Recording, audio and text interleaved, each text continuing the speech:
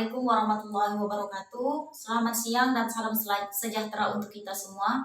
Perkenalkan, nama saya Suaini. Saya dari kelas A pagi, program studi Penyaskes semester 1 dengan nomor NIM 4120100001. Di sini saya akan menjelaskan tentang peta konsep dari makalah saya, yaitu yang bertemakan ijtihad. Langsung saja saya akan menjelaskan tentang dan memaparkan makalah atau peta konsep saya pada pagi hari ini. Ijtihad. Pengertian ijtihad.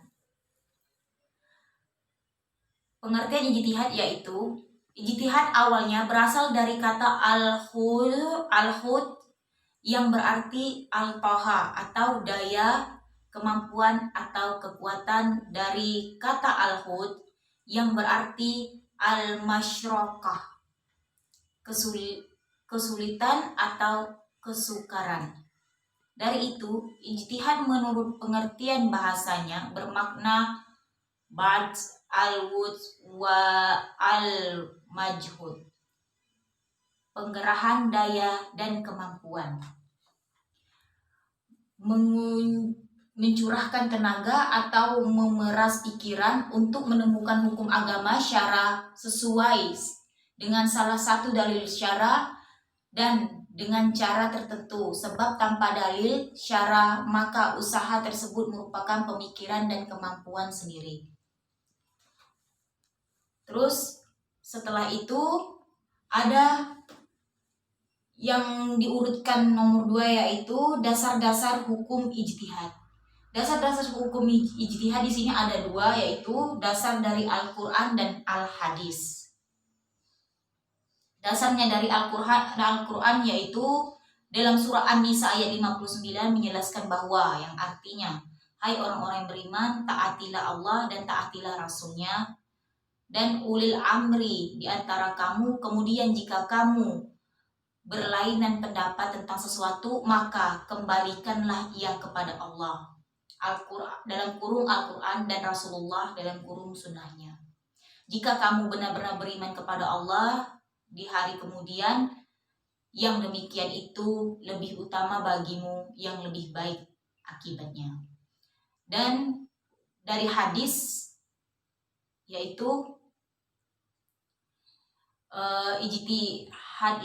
berijtihadlah kamu, karena tiap-tiap orang akan mudah mencapai apa yang diperuntukkan kepadanya. Selanjutnya yaitu syarat-syarat ijtihad. Syarat-syarat ijtihad yaitu ada 1. Pengetahuan luas, ilmu hadis, menguasai materi, menguasai dasar ilmu agama, dan pengetahuan mansuk dan nasuk. Di sini akan saya jelaskan lagi pengetahuan luas, yaitu memiliki pengetahuan luas mengenai Al-Qur'an, juga ulul Al-Qur'an memiliki kematangan intelektual dan spiritual secara cerdas dalam prakara hukum. 2. Mempunyai ilmu yang cukup tentang hadis, maksudnya yaitu utamanya mengenai hukum dan sumber hukum, sejarah serta keterkaitan sesuatu hadis dengan nas-nas Al-Qur'an. Dan yang ketiga, menguasai materi dan pokok yang berarti hukumnya yang sudah disepakati ijma para sahabat dan 2 generasi setelah sahabat, ulama salaf. 4. Menguasai dasar dalam ilmu agama, ushuluddin, ilmu logika atau muntahik, nahwu, sarah, dan bakhah dengan sempurna. Yang selanjutnya yaitu memiliki pengetahuan luas mengenai mansuk dan nasik, juga tentang asbabun nuzul dari Al-Qur'an, yaitu turunnya Al-Qur'an dan urut hadis, sejarah perawian hadis, riwayat hadis, dan memahami macam-macam hadis. 6. Memahami serta menguasai kaidah dalam usul fikih. Dan selanjutnya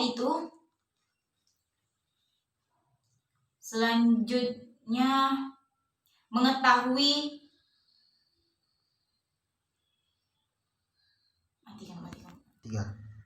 Selanjutnya yaitu tingkatan ijtihad. Di sini saya akan membacakan tingkatan ijtihad, yaitu satu, ijtihad mujtlak atau muntakil, ijtihad muntasib, ijtihad fil mazhab, dan ijtihad di bidang tarjih. Itu sekarang di ijtihad mustakil, yaitu ijtihad yang dilakukan dengan cara menggali hukum-hukum syariat langsung dari sumber yang pokok Al-Quran atau Sunnah, dan dalam mengistimbatkan hukum mujtahid mempunyai dasar-dasar istimbat sendiri dan tidak mengikuti istimbat lain. Dan kedua yaitu ijtihad muntasib, yaitu yang dilakukan secara muntahid dengan mempergunakan norma-norma dan kaidah-kaidah istimbat dan imamnya. Yang ketiga yaitu ijtihad fi'il mazhab, disebut mujtahid fatwa, yaitu ijtihad yang dilakukan seorang mujtahid dalam lingkungan mazhab tertentu. Nah, selanjutnya terakhir yaitu ijtihad di bidang tarjih, yaitu yang melakukan dengan cara mentarjih dari beberapa pendapat yang baik ada dalam suatu lingkungan mazhab tertentu maupun dari berbagai mazhab yang ada, dengan memilih nama antara pendapat itu yang paling kuat dalilnya atau mana yang paling sesuai dengan kemaslahatan sesuai dengan tuntunan zaman. Ya. Yang selanjutnya yaitu objek kajian ijtihad. Objek kajian ijtihad di sini yaitu ada beberapa objek, yaitu satu, hukum yang dibawa oleh nas baik kedudukannya maupun pengertiannya, atau bawa oleh hadis mutawir seperti kewajiban sholat, puasa, zakat, haji, dan sebagainya. Dua, hukum yang tidak dibawa oleh suatu nas, dan tidak pula diketahui dengan pasti dari agama, melainkan telah disepakati atau diijtimahkan oleh para mujtahid dari suatu masa. Selanjutnya, metode-metode dalam ijtihad.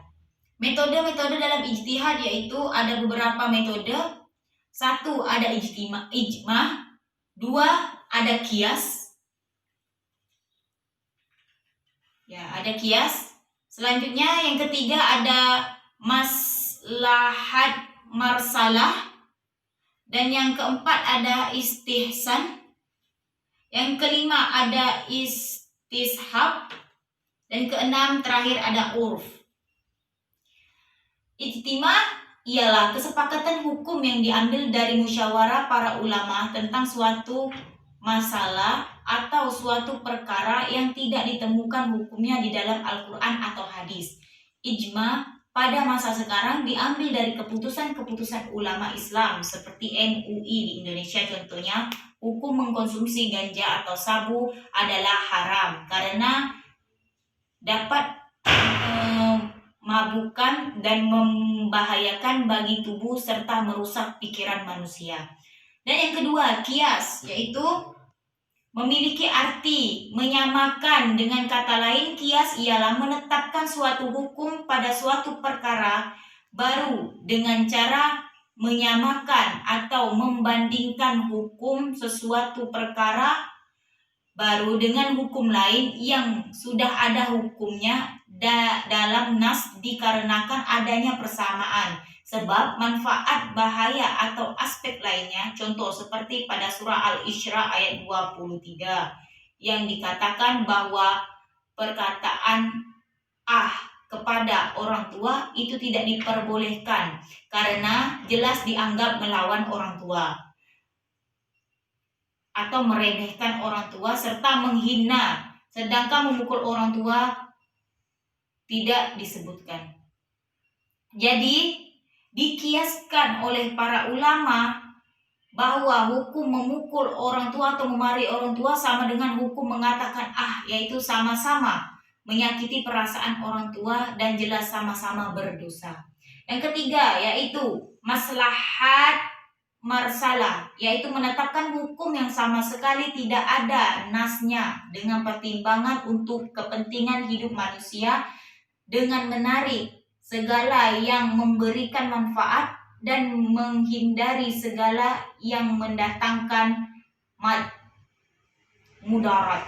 Contohnya, membuat buku pernikahan, dicetaknya mata uang, dan ditetapkannya pajak penghasilan. Yang keempat, istihsan, yaitu memandang sesuatu lebih dari sesuai dengan tujuan syariat dan meninggalkan dalil khusus dan mengamalkan dalil umum. Contohnya, boleh menjual harta wakaf karena dengan mewujudkan akan tercapai tujuan syariat, yaitu membuat suatu itu tidak menjadi mubazir.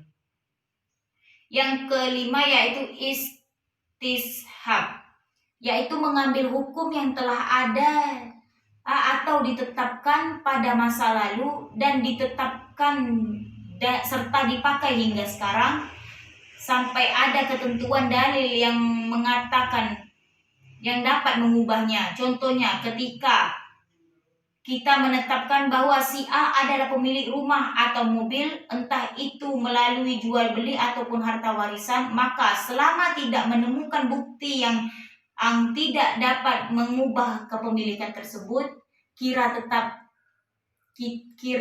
tetap beryakinan bahwa si A adalah pemilik rumah atau mobil tersebut hingga sekarang atau nanti.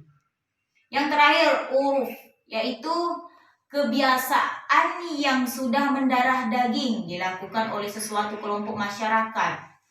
Ada macam-macam uruf. Pertama, uruf syar'i, yaitu uruf yang dapat diterima oleh masyarakat secara luas, dibenarkan oleh akal yang sehat, yang membawa kebaikan dan sejalan dengan prinsip nas. Contohnya, acara tahlilan dengan harta gono gini untuk istri yang ditinggalkan oleh suaminya. Kedua yaitu uruf fasid, yaitu kebiasaan jelek yang merupakan lawan dari uruf syahid. Contohnya, kebiasaan meninggalkan sholat bagi seseorang yang sedang menjadi pengantin serta mabuk dalam melakukan pesta atau acara resepsi pernikahan ataupun sebagainya.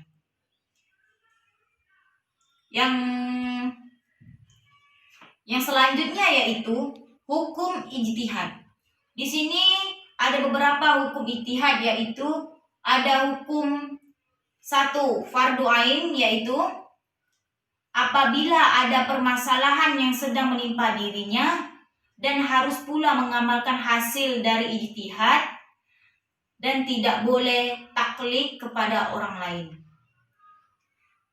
Selanjutnya yaitu ijtihad ini sama dengan hukum Allah Subhanahu wa ta'ala terhadap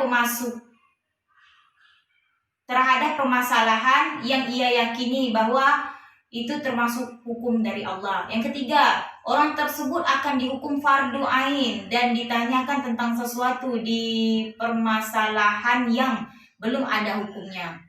Karena jika tidak segera dijawab, dikhawatirkan nantinya akan terjadi kesalahan dalam melaksanakan hukum tersebut atau akan habis pula waktu dalam mengetahui kejadian tersebut. Yang keempat yaitu orang tersebut akan dihukum fardu kifayah. Fardu kifayah yaitu apabila permasalahan yang diajukan kepadanya tidak dikhawatirkan akan habis waktunya untuk ada orang lain selain dirinya yang sama-sama memenuhi syarat sebagai seorang mujtahid. Yang kelima disebut hukum sunnah. Hukum sunnah yaitu apabila ia berijtihad terhadap permasalahan dihukum sunnah apabila berijtihad terhadap permasalahan yang baru, baik itu ditanya ataupun tidak. Yang keenam, orang tersebut akan dihukum haram Di sini akan dihukum haram apabila ijtihad tersebut terhadap permasalahan yang sudah ditetapkan secara qat'i, sehingga hasil ijtihadnya bertentangan dengan dalil syara'. Yang terakhir yaitu fungsi melakukan ijtihad. Di sini ada beberapa fungsi untuk melakukan ijtihad, yaitu 1. Mengembangkan prinsip-prinsip hukum yang terdapat dalam Al-Quran dan hadis seperti ijma, qiyas, dan istihsan yang sudah diketahui kebenarannya. Yang kedua, dapat mengetahui setiap hukumnya dari setiap permasalahan baru yang dialami oleh umat muslim, sehingga hukum Islam selalu berkembang dan mampu menjawab setiap tantangan yang akan datang. Yang ketiga yaitu ijtihad merupakan sarana untuk menyelesaikan persoalan yang baru muncul dengan tetap berpegang teguh pada Al-Quran dan Sunnah.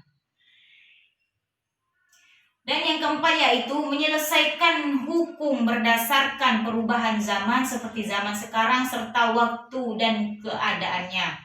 Setelah itu juga ijtihad berfungsi pula sebagai sesuatu cara menemukan hukum yang disyarati untuk menyelesaikan perubahan-perubahan yang terjadi seperti perubahan sosial dengan ajaran-ajaran Islam. Yang kelima, menetapkan fatwa terhadap permasalahan yang tidak terkait dengan sesuatu yang dikatakan halal atau haram. Dan yang terakhir, dapat membantu umat muslim dalam setiap menanggapi suatu masalah yang belum ada hukumnya secara Islam. Baiklah, mungkin ini saja paparan peta konsep dari saya. Lebih kurangnya saya mohon maaf. Wabillahi taufik wa hidayah. Wassalamualaikum warahmatullahi wabarakatuh. Selamat siang.